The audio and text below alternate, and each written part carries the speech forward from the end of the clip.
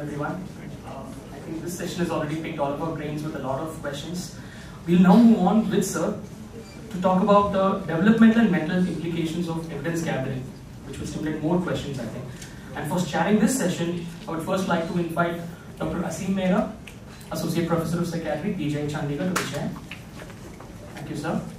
I would also invite Dr. Shalini Naik, Assistant Professor of Psychiatry, PJ Chandigarh, to join us for chairing the session, and I would now hand over the proceedings to the chairpersons.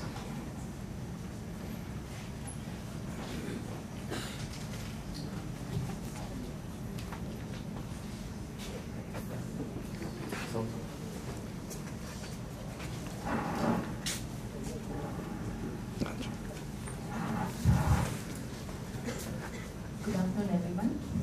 It's my absolute delight to chair this session. My beloved teacher, Professor Shekhar, is going to deliver the next talk. I don't need to introduce him further. You've heard him in the last 1 hour talking about, in fact, in the previous talk, he has already given a premise to the next talk, which is about evidence gathering. I'll give a very short introduction about what exactly evidence gathering is. In fact, when we talk about evidence under POCSO, there are two things. One is evidence gathering, the other is evidence eliciting. Eliciting is something that happens in the court of law, and it's a very arduous process for the child to go through because the child would be cross-examined. So it's very evidently, one can agree that it is a reliving of trauma because most of the account that child has given, it would be cross-examined. But evidence gathering is no less. Okay, here also the child has to narrate the whole account to so many people again and again who would come in contact as a therapist, as next kin, or in so many forms basically, who would come in contact with the child, who would give the account. It requires a great deal of sensitivity. And how do we bring in that sensitivity? So Sir had talked so much about internalization, all the comments, or sometimes it doesn't even require verbal. He demonstrated in the morning. Many of the non-verbal things also gets internalized. It would give some meaning. I would say, difficult to process for the child. In this entirety, when we reach the child, how do we bring in? We also come from the same culture, and we are not different. That's the first thing we need to acknowledge. The only way we could be different is through professional training, through workshops like this, where we understand the psyche, how the mind works of the child, and also the impact of abuse on the child, and how much ever good the child's mental functioning, physical functioning be it, how the abuse compromises it in terms of giving a very elaborate narrative account. In such cases, how critical the behavioral observations are, and how we can stay attuned to the child. I think I won't go even further beyond this because I would like to give it over to the expert and on that. Thank you.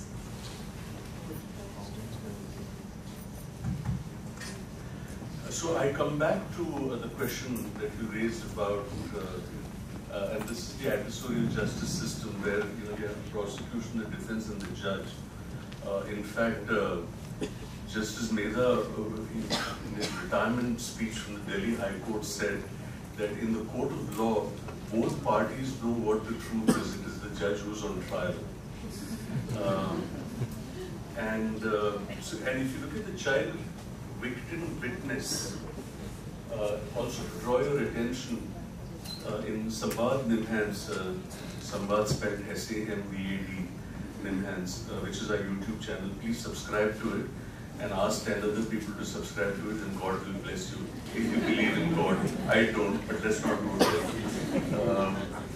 And nimhanschildprotect.in is our website, www.nimhanschildprotect.in. It's a public access free domain website because we don't believe in copyright, we believe in copyleft, or copy left, right, and center. There's no point in developing material and holding on to it. So please use it, adapt it, forward it, and just acknowledge us. So that's copyleft.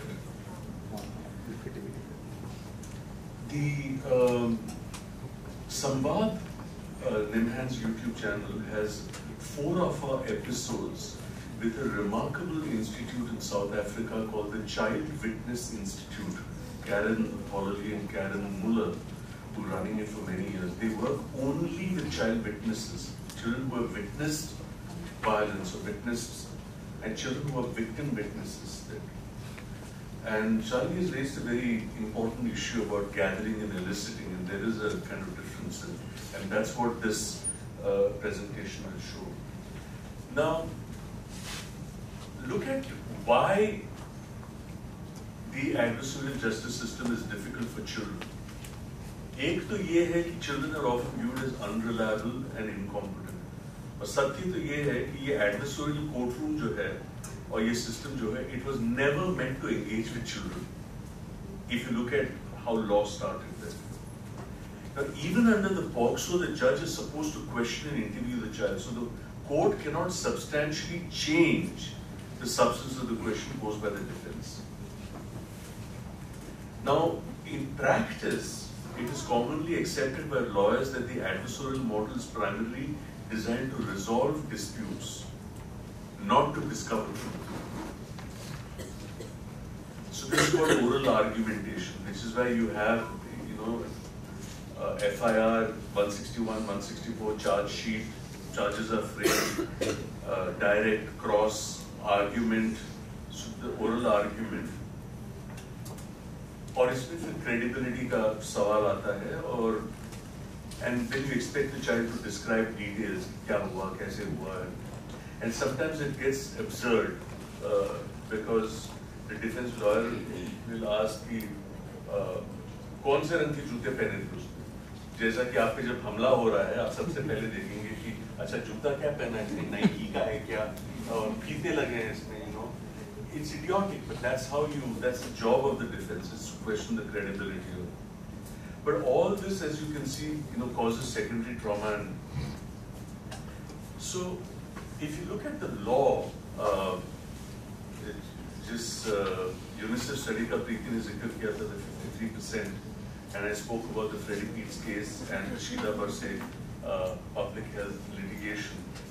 और ये denial की जो बात हुई थी, ये foreign countries में होता है, हमारे यहाँ नहीं होता है, आपका वेस्टर्न माइंडसेट है, हमारे बच्चों के साथ इस विषय के बारे में बात करने की आवश्यकता नहीं है, unnecessarily curious हो जाएंगे. And I often have told people that if you think information is a problem, try ignorance. How can information be more of a problem than ignorance?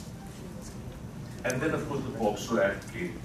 So if you look at the implications for evidence, we have to see it against the dynamics of sexual abuse.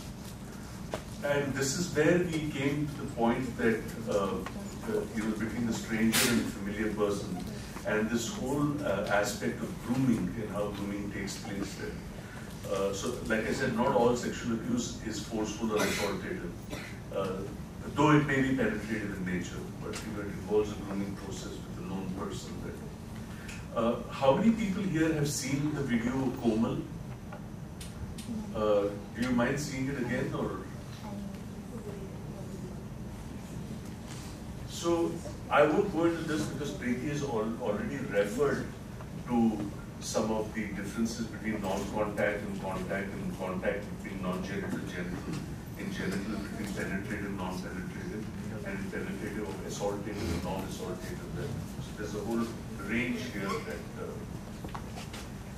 But to draw your attention, are we talking about a single episode or multiple episodes? Over what period of time? और perpetrator कौन है, known है, unknown है, single है, multiple है. मुजफ्फरपुर कांड में तो अनगिनत only 22 accused were brought, but Lord knows how many more people who were unidentified had been. This is important because if you look at the dispensation in POCSO, there is something known as aggravated abuse.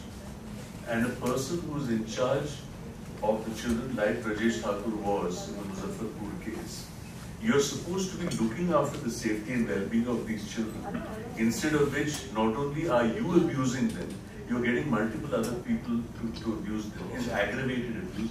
It carries a much higher quantum of punishment. In fact, because he had engaged in penetrative intercourse with several, which is why the public prosecutor actually asked for death sentence. So here is the process in young children. This is the Komal video, and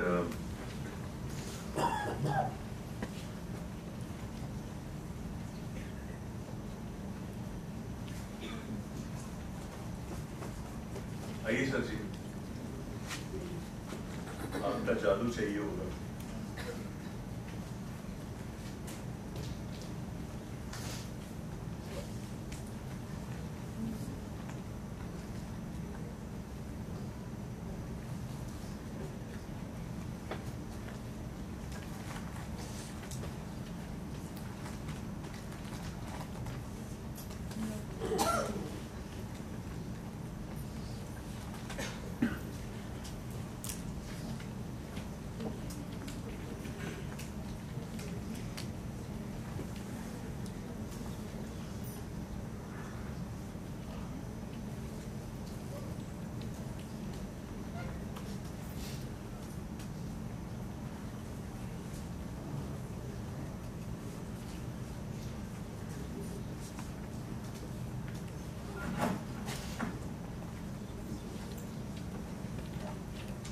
Just bear with us for 2 minutes. Just a technical issue of syncing the video with the PowerPoint of the video.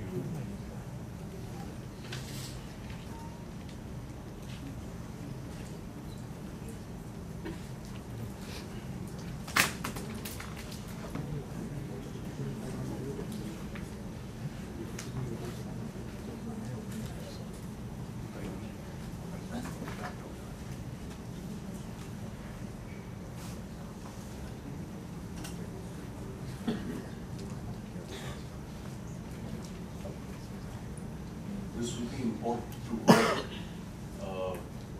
because we could still sort of skip Komal, but I actually have a whole set of videos on the processes that Shalini alluded to. Every stage of how evidence is, and not about the whole act itself, but about the preliminary steps that one establishes in evidence gathering for children.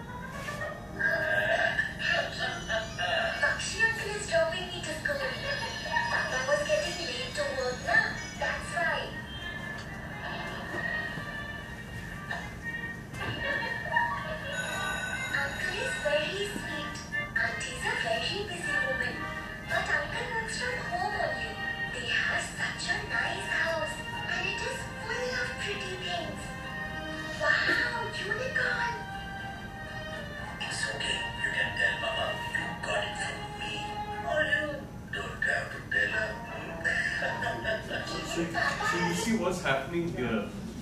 Lollipop, you can tell her, or you don't have to tell her that. So this is how the whole secrecy thing. So you're all leading to an activity where, and then all this touching stuff will start. And you know, kids are not, they're not able to make out how this is going to proceed.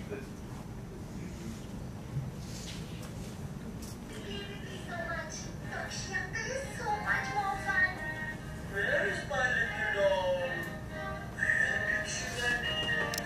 Oh, you must be here. Yes,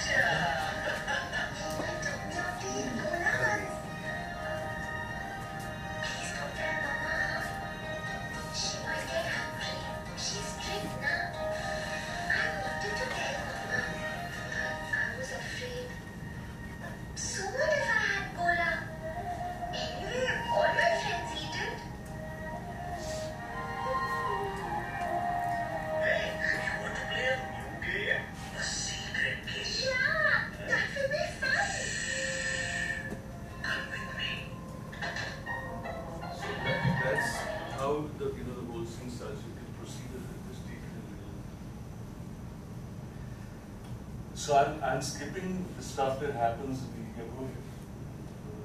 ego. Is everything okay? Hello, Mrs. Kumar. And then the emotional I wanted to reaction is speak to confusion. Kumar. Peter, why are you sad? Did someone say anything to you in school? What happened? Did someone hurt you? If you don't tell me anything, how can I help you? I have secrets. I have lied to you about the cola. And now this. I feel very dirty. You would be very angry if I told you what I have done. I promise you I will be angry. I love you, don't I? Then trust me. He is not a nice uncle. So that's what happens in younger children. But if we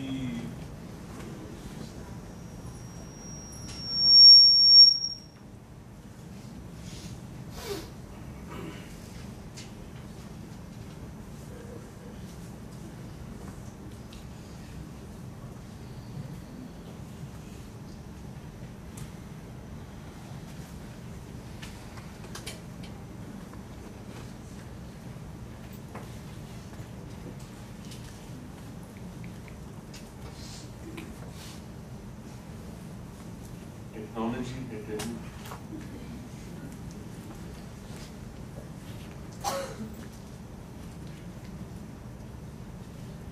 So you can see what is happening here in Google's this business of inducement and reward, and how that kind of creates the impact on the child. So there are various things. I'll give you stuff, or if you don't do this, I will not speak to you, or creating an excitement about secrecy. There are all these kind of. Now, all this is important to understand, not just the description of the act, because this is intention, and it's a very important part of evidence as well, other than coercion. And there is a similar process in adolescence as well, but I'll skip that because of the video. And what happens here is it's somewhat different. It's how, for example, you sexualize and particularly for insecure adolescents who are looking for not just for companionship but for validation, and especially a validation of their own sense of the body and of image and of self-appeal. For someone to say that you're so beautiful and you know how much I love you and nobody in the world cares about you the way that I do, this is, or to transmit misconceptions about the more people you sleep with, the greater your sexual experience will be, or that's not cool if you haven't had, or to blame, to say, and many people have said that I couldn't resist you because you give those kind of vibes as though it's your fault to be what you are. So this is what happens in grooming. It's a method of manipulation. Right? So you identify and target the victim. So how do you know that? Because सारे मोहल्ले को मालूम है कि जब school से आती है तो ताला लगा होता है, सारे मोहल्ले को मालूम है कि बाप दारू पीता है, झगड़ा होता है, माँ अक्सर मायके से, सबको मालूम है. So that's how you identify that, and then you basically gain trust and access, special attention, sympathy, playing games, gifts, and so on. Then you start playing a role in the child's life. No one understands you. Then you isolate the child. Your family is crappy. They don't understand you. I'm the only one who loves you best. Then you create a secrecy through personal contact, letters, specialness, or you can tell your mother or not. I will not tell the mother that you ate the gola. And then you introduce misconceptions about sexual behavior, and then you initiate contact, and then you control the relationship using age, power, threats, emotional manipulation, sometimes making the child believe that it was his or her fault. There may be coercive elements, and coercion is not always about twisting your arm. Coercion is also about please yaar. That's also coercion. So there is an entire body of literature now on the psychology of coercion and what coercive tactics actually mean. That violent coercion is one type of, but all coercion is not violent. And this is why we have all these consequences.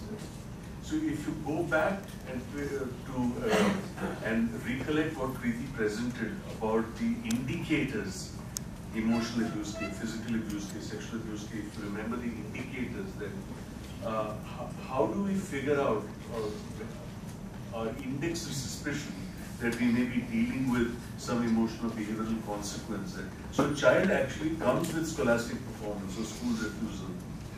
Now you suspect that it's because of some stress. That you may ask about many things. You know, कि school में सब ठीक है क्या, कोई दादागिरी करता है, घर में सब मंगलसूत्र तो है, कुछ exam से कुछ ये हुआ, किसी से झगड़ा हुआ. You know, we ask all this, but we don't make it a routine to ask, and you don't say, has anyone sexually abused you? That's not the question. Has anything disturbing or uncomfortable happened? Has anyone behaved with you in ways that you did not like? Has anything difficult happened in your life recently that you would like to share with me? As an entry question. So it's your entry question, and then you can get into a set of expanded there. Whereas in older adolescents, if you look at the spectrum ranging from self-harm to depression, and if you, David Finkelhor, who spoke about the traumagenic dynamics there, and traumatic sexualization, betrayal, stigmatization, powerlessness. And traumatic sexualization is processes by which a child is sexualized in ways that are developmentally inappropriate. And it can take two forms. One is the seduction senses and all that. The other, of course, is threat, coercion, and assault. Which is why if you look at sleeper outcomes or adult outcomes, why is it that one outcome of child sexual abuse is excessive risk-taking sexual behavior, and another outcome is phobic avoidance? It depends. They are both traumatic sexualization, but one was through sexualizing the child, stitches, all that kind of drama, which really, turns you off the act of physical intimacy. Needless to say, your highest index of suspicion, if a 14-year-old girl is pregnant, obviously you're dealing with sexual abuse or with genital injuries, and I go back to the story, organ loss, kidney loss is a very heavy price to pay for child sexual abuse. And what is the extent to which a pediatrician suspects something might be happening if someone comes with frequent urinary tract infections, remitting, recurring? Remember what Dr. Vivek said in the morning about someone coming with pseudo seizures. What is your index of suspicion कि ये epilepsy नहीं है, ये कुछ और है? And that's how you do your index of suspicion. या तो disclosure है कि ऐसा हुआ, उसने ऐसा किया. या there is detection, pregnancy, STIs, genital injuries, or there are sexualized behaviors or real hints given by the child, or there are symptoms of depression or post-traumatic stress, or sudden unexplained change in behavior, or symptoms, patterns, sudden onset of bedwetting. So these are basically behavioral indicators on an index of suspicion that we apply. So this I've already spoken about. Don't focus just on the behavior, but look at the emotions, the inner voice, the experience and the context behind it. So if you look at a context of a single parent family or a family with domestic violence or dealing in economic circumstances, that's the context. Experience of trafficking or being sexualized. And look at then why a child who's been rescued from trafficking on the one hand might be self-cutting, or on the other hand maybe just angry, aggressive and acting out, but not hurting herself. A lot depends on how the whole issue is processed and how you deal with that in therapeutic context. So it works both ways in the way that you deal with this, paradigm there. Now, if you apply the child development lens for the capacity to provide testimony, and you look at the 5 domains of child development, physical, social, language, cognitive, and emotional, and you look at the methods used by mental health professionals or developmental psychologists to assess child witness competency, I'm not talking about the episode itself, kab, kya, and all that. Does the child have to see? Because what will the defense lawyer say? इसको तो describe करना ही नहीं आता, तो आपने evidence कैसे लिया? So this is about, will the videos play if I play it now or not? No, they are not playing.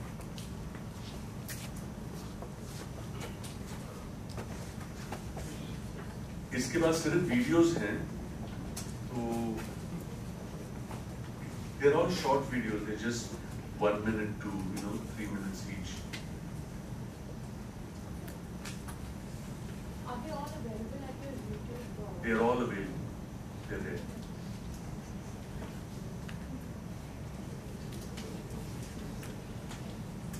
Please subscribe to it and pass it on to 10 other people. God will bless you if you believe in God. I don't, but that's another discussion that we will have.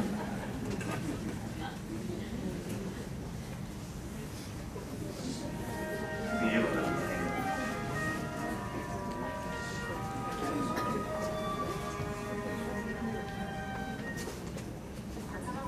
ये वाला।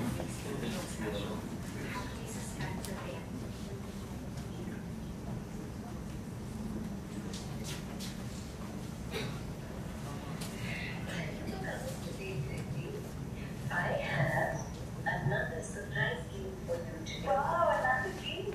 Yes, and let me show you now how it works. So, you see many cards on the table, right? So, the cards this side have some pictures on them, and they also have questions. And the cards that side have pictures on them and the answers to these question cards. So, here's how we play it. I will pick up a question card and read you the question and ask, and you would have to tell me what the answer is or what you think the best answer is. I'm ready. Great. Right, let's start. What do you need when it rains? I use an umbrella. Yes, very good. Can you put them together? Yes. Question and answer. Very good. What does the baby need when it is hungry? Baby needs milk. Excellent. Here. So this is a preliminary step. We are establishing competency. I'm repeating again, this is not about evidence eliciting or gathering about the actual act or acts of abuse that comes as a separate stage. That video is also there. This is how do we establish competency, and there are various elements. So one is describing ability. Let's go to the next video.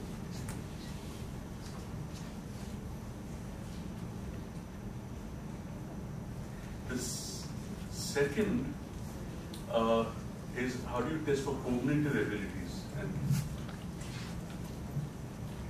So now we're going to play another game. Wow, new game now. So this game is called action game. Okay? So I'm going to show you a few things. I will do a few things. I want you to tell me what I am doing. Okay? Okay, are you ready? Watch me carefully. You are jumping in. Yes. Okay, next one. You are keeping. Correct. What is that? I'm doing clapping. Yes. so we are now looking at cognitions that look at a recognition of action.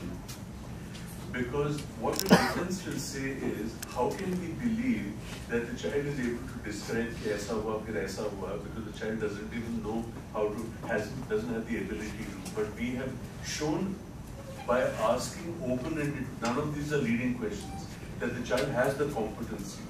The reason I'm stating this is the Evidence Act states that any person who is capable of understanding a question and of providing responses is a competent witness. But children, in court decisions have been described as the notoriously dangerous witness, a child. The child has been described as a notoriously dangerous witness because they're supposed to be unreliable and incompetent. So if we can establish competence with these processes, so this is the kind of work that Samvad does when we train support persons under POCSO or investigative officers कि जब आप 161 statement ले रहे हैं, उसके preamble में आपने जब ये स्थापित कर दिया है कि उसमें समझ है, ये विवरण की क्षमता है उसमें, the ability, and none of this was done with any kind of leading question, not even minimally leading. So we've got description, we've got cognitive ability. We go to the next one. This is another type of cognitive ability. So just like the other game we played, these are some cards with pictures on them, and then there are another set of cards here with pictures on them. And again, there are questions and there are answers. Okay? So before we start playing the game, let me ask you a couple of questions as part of the game, okay? Just to get some practice before we do this. Alright? Where do we live? We live in a house. That is correct. Right?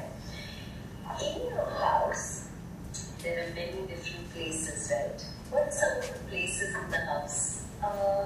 The kitchen where my husband cooks, our living room where everybody comes, Okay. then my bedroom which has a lot of my toys, Okay. and then my grandparents' room, and then there's a bathroom where we go and take a bath, and then we brush our teeth, and there's a toilet, and there is the room.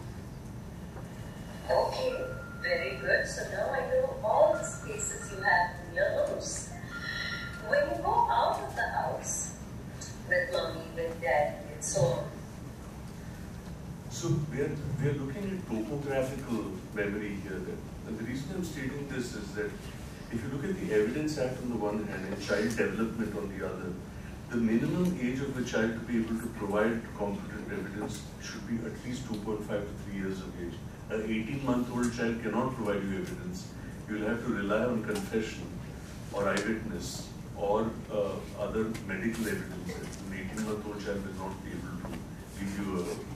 So if you look at a chart in which you look at the who, what, where, when, and description, a 3 to 4 year old child may be able to tell you who, Padosi Chacha, Bhaiya.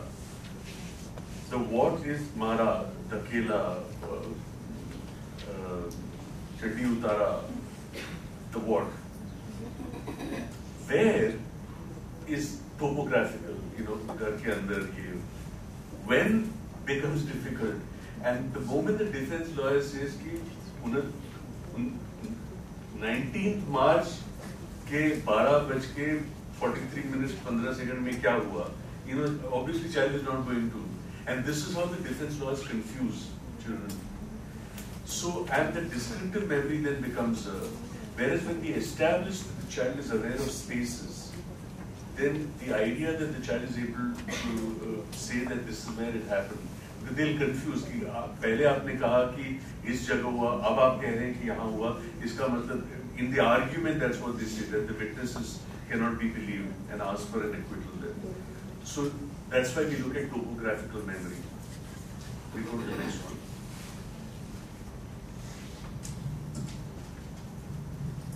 This is another type of cognitive ability. You know how at different times of the day we do different things? Let's talk a little bit about what we do and things that happen at different times of the day, right? When does the sun come out? In the morning, when we wake up, Right. And when does the moon come out?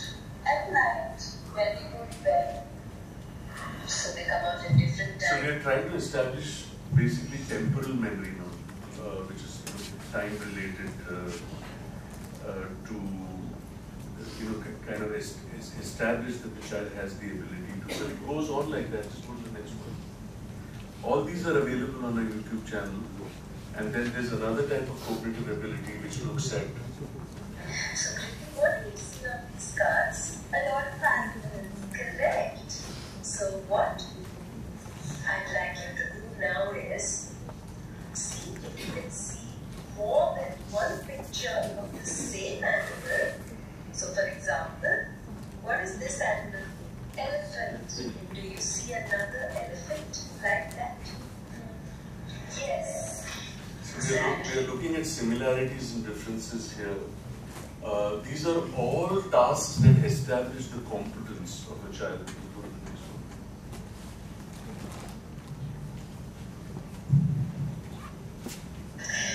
I see that you have drawn a picture of all kinds of animals. Yes, So this is a more complex description of. So you can ask her to point out, ye kya hai, ye kya hai. Yes, with my parents. When was that? It was in December that we. So it's a combination now of time, of space, of description. This year or last year? This year. So also my birthday. So my parents took me to this.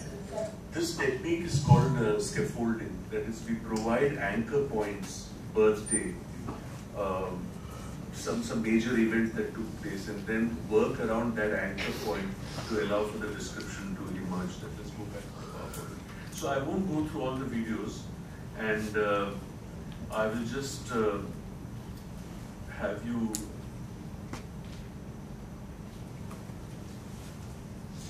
So we've got identifying objects, describing actions and behaviors, recognizing spaces, knowledge of sequences. I'll go through that again. So in describing ability, we are looking at identifying objects,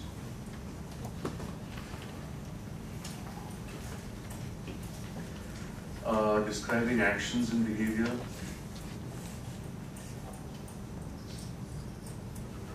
recognizing spaces,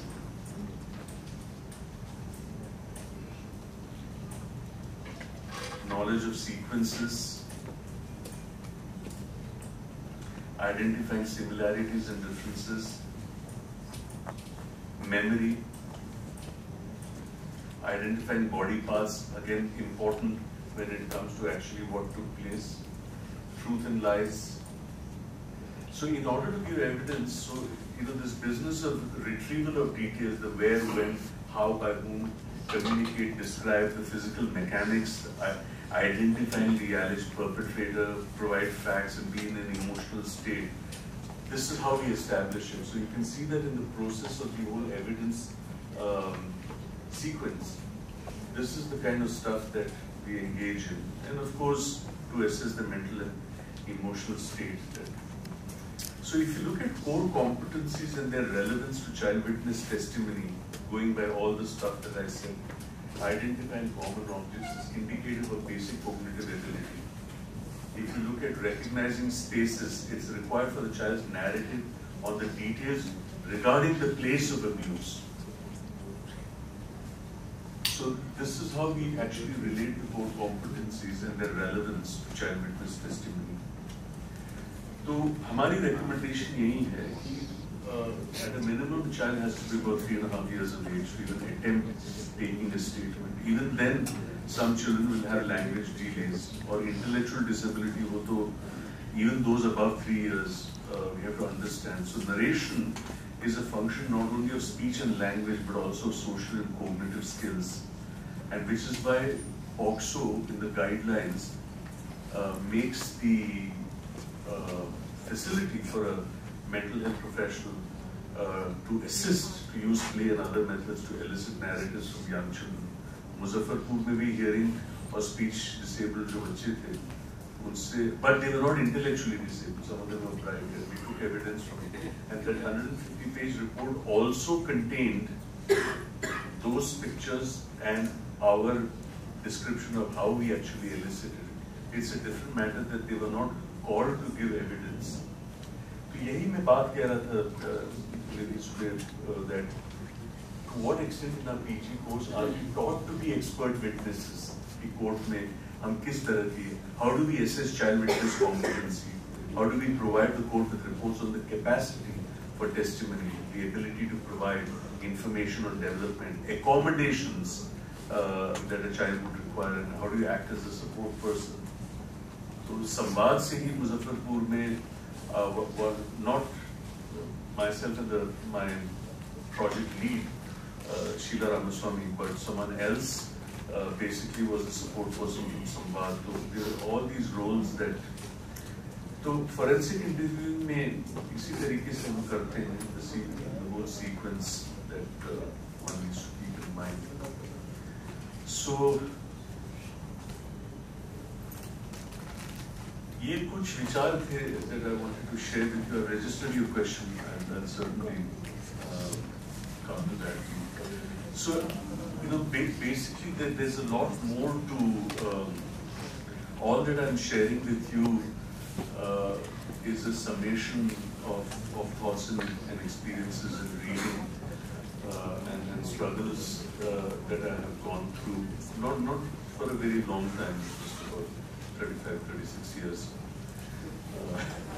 So it's very difficult for me in 36 minutes to give you the framework of, but I have tried to do my best to, and my intention in speaking about some of the case issues, not to freak you out and to say thank you for this presentation. I have now decided that I am not going to work in this area. So thank you for that. It's possible that somebody may make that decision. That was not my intention. But like I said, somebody has to work with difficult situations. And the reason why, even after retiring on 30th of November 2021, I've forgotten, yeah, 2020, sorry, yeah. It'll be 3 years now. I am working 14 to 16 hours a day, and because somebody has to work on it.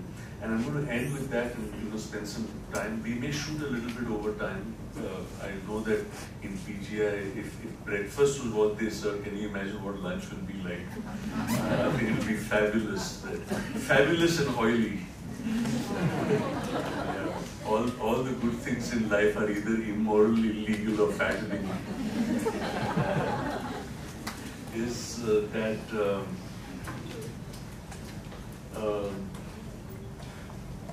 somebody has to work on, and it's a difficult question, and people have often asked me, do you enjoy your work?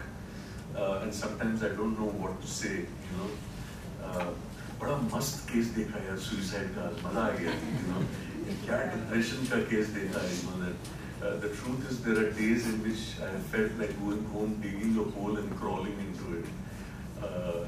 It's not fun, it's not enjoyable, it's fulfilling. And someone has to work with difficult areas that, and I suspect why sometimes many mental health professionals gravitate towards sinking their pharmacological therapeutic teeth into a juicy acute psychosis is because, the patient takes the medicine and the doctor gets the tranquility. But somebody has to deal with it, and I do not say this in any exercise of self-aggrandization, but किसी को तो करना है, और मेरी आप लोगों से विनती है कि join hands to fight abuse and to stop it, and that's why we are gathered here today. Shalini sir.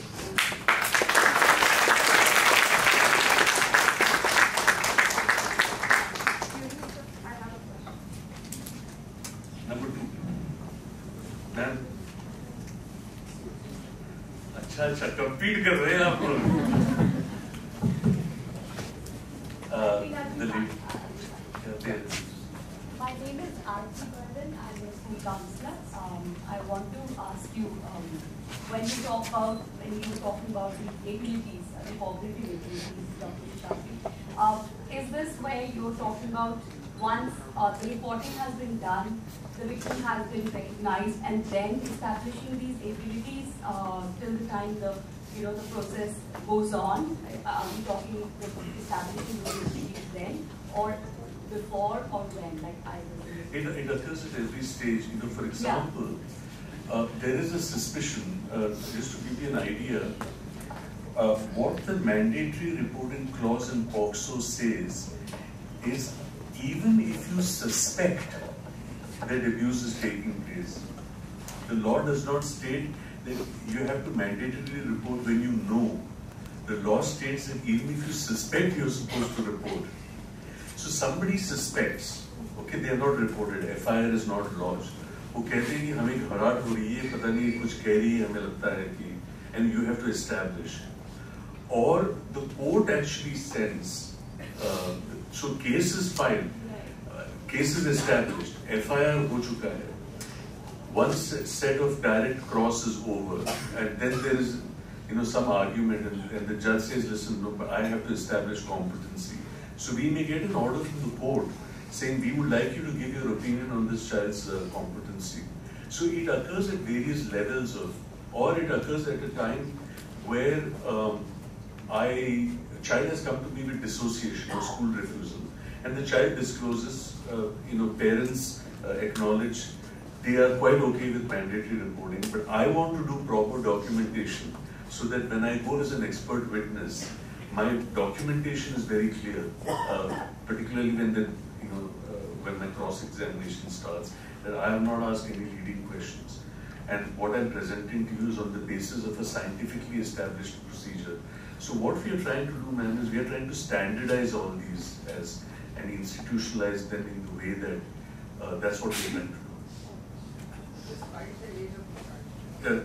Provided the child is 3.5 plus.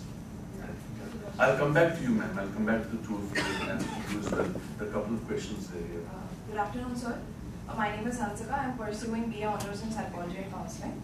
I actually have a situation. It's about somebody who I closely know. She was actually abused from a very young age by her own relatives. But she couldn't never complain about it to anybody, even her parents, because her parents used to leave her with her own relatives and go to work. Later, even one day when she, it happened from several years when even she complained to her parents. Her parents did not take any action. They just said that they are your relatives, you cannot say anything as such about them. You just need to adjust and get along. So my question is, like, when the situation has already happened in her own childhood and even now the person is affected mentally and emotionally and that affects her personal life, how can we help in such a situation? The issue here is to provide mental health and therapeutic assistance. The issue is not, the first thing you need to do is not to look at legal issues, and I'll tell you why. Very often a case is already, FIR is already filed, and because the child has serious mental health issues, the child is admitted with us. And the investigative officer comes to me and says ki, sir, aap statement hamara karwa dijiyega, aapka counseling to chalta rahega. And I say, excuse me, the reason why we admitted the child first is for rest and relaxation. Second, if the child wishes to speak to us and has issues, we will address it. Third, we will complete our professional obligations to assist your systems. Fourth, we will look at forensic interviewing it. Our first job is not to assist you. Our first job is to address the child's trauma and predicament. So in a situation like this, the first thing would be to actually assist her with therapeutic, referral, or someone who can deal with the emotional impact or the relationship impact rather than look at the legal part of it through your networks of and there are people who are kind of setting this up. The whole idea of Nidhi and PGI organizing this is to table this. And just to give you an example, yesterday I was in a meeting with people I know in Chandigarh who are planning to set up in the next 4 to 5 years something that will focus exclusively on trauma-informed care. Perhaps with a university, perhaps as an NGO. It's difficult to set it up in government systems, but I don't see why not. But there are many practitioners who are trauma-informed and who will be able to provide this kind of assistance. So just a continuing question, as the abuser is her own relatives, so trusting her parents, and as the parents trust their relatives, she's never able to come up with the problem. There is a very complicated issue here. It depends on whether the abuser is, the perpetrator is still in contact with the, and what are the dangers of reoffending. So one has to look at a lot of social frameworks to see whether if she is not ready to table the issue, and we are not even getting into mandated reporting, to say that I don't want to meet this guy because of the of this issue. So please don't ask me to hang out with him. And, so the risk of reoffending is something that we need to keep in mind. And these are they're not complex processes, but they do create a turmoil. And the job of a sensitive and empathic therapist is to stay with the family in all the turmoil that gets thrown up when you suddenly realize, the mother realizes that this is my brother that they're talking about, and how do I take a position with it. But as a child rights advocate, a therapist who does rights-based practice and trauma-informed practice would take a stand, not necessarily by yelling and shouting, but to say that the child's safety is of paramount importance. Nothing else can be more important than. हाँ, तो ऐसा करते हैं ना, तो ऐसा करते हैं, जिसको लंच के लिए जाना है, इनकी समाप्ति के बाद वो जाए, और बाकी जिन्होंने हाथ उठाया उनके लिए हम रहेंगे. हमें खाना खाने के लिए सिर्फ 7.5 मिनट चाहिए. So I will wait for you here. So please. Good afternoon, sir. This is Adish Gaurav from Shulini University. I'm a second-year undergraduate student, and I'm pursuing BA Psychology and Counseling. So basically, I don't have a question, but an inquiry. Whether the marginalized. What's the difference? Like, basically, I want to get informed about the laws that are in place right now. Whether the marginalized section of the society, the children from the marginalized section, do they have any special rights or special laws in place so that they can avail the laws that are in place easily? Because it's very difficult for them to be informed about what is there for them or not. No, there are, first of all, POCSO is a law that applies to all children, whether they are marginalized or they are privileged urban. But there are many other laws, prevention from child labor law, the law against child marriage. There are many laws that pertain to children. One of the videos that we have made, not just about laws, but also about schemes for children, is also there in our YouTube channel in the Panchayat rollout. तो उसको एक बार देखिएगा तो schemes के बारे में आपको जानकारी मिलेगी. But there's a whole set of child laws, almost 11 or 12 of them, starting from the Apprentice Act many years ago to the JJ Act, and then 2000, the new Act, and then the amendments, and now the 2015 amendment, then POCSO 2012, फिर child labor का है, और फिर prevention of child labor, and then the Act against child marriage. So there are, and the child labor, the child marriage kind of laws operate more in the context of the marginalized and vulnerable populations that you speak about there. एक और सवाल इस तरफ से.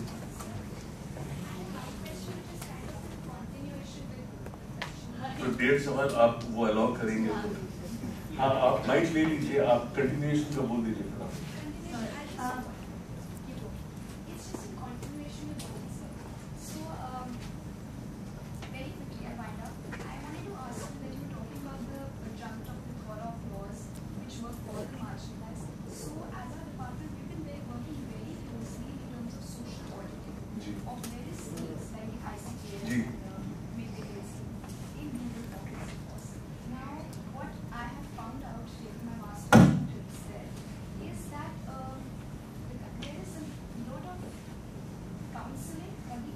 Anganwadi workers need, because they are at the helm of the ground, they are in touch with the parents, they know exactly why that 4-year-old and why that 6-year-old, you know, we actually had a dental camp this last Sunday, and there, let me stop you there and tell you, see, under the chairmanship of Sanjay Kaul, IAS officer, the Ministry of Women and that's the chairperson protesting.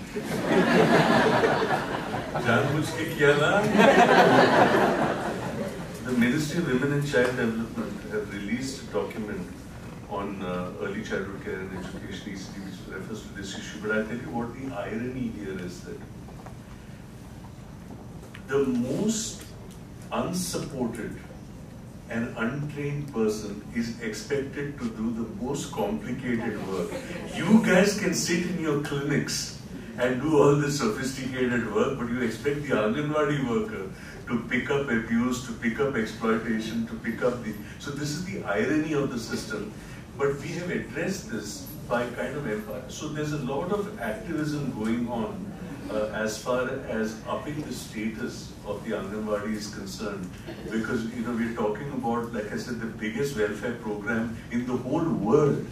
ICDS is the biggest welfare program in the whole world, and we need to vitalize this because this is such an important segment, and particularly in line with NEP 2020. So there's a lot of work going on.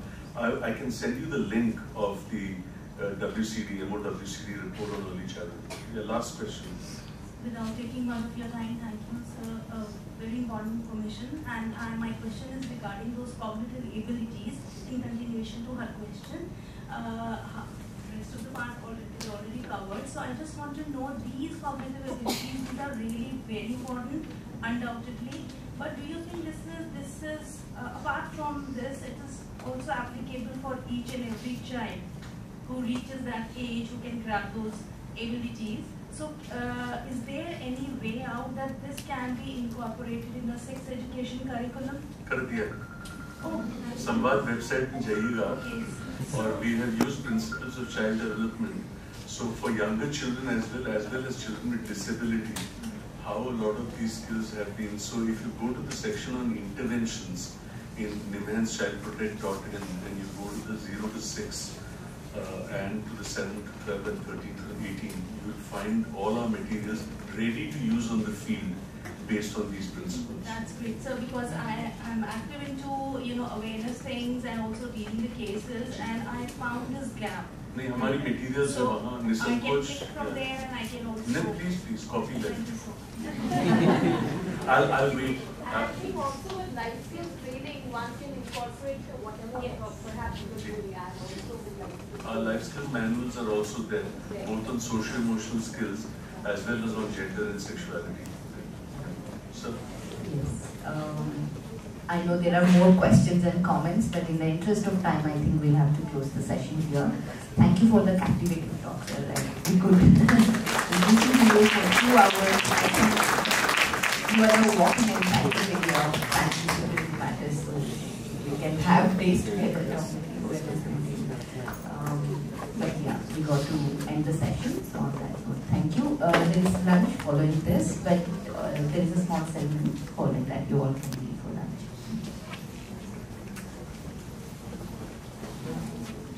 Thank you so much, sir. I think I can see most of the people here were shaking, trying to fathom the complexity of the whole process here. So before we conclude, before lunch, I would like to invite Dr. Preeti to felicitate our chairpersons. And, I would first request Dr. Preeti to felicitate Dr. Asim Mehra here.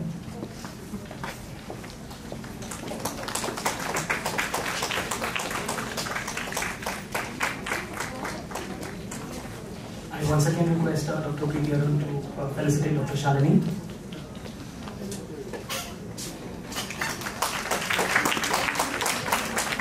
Before we conclude, a big round of applause for Dr. Shekhar Seshadri.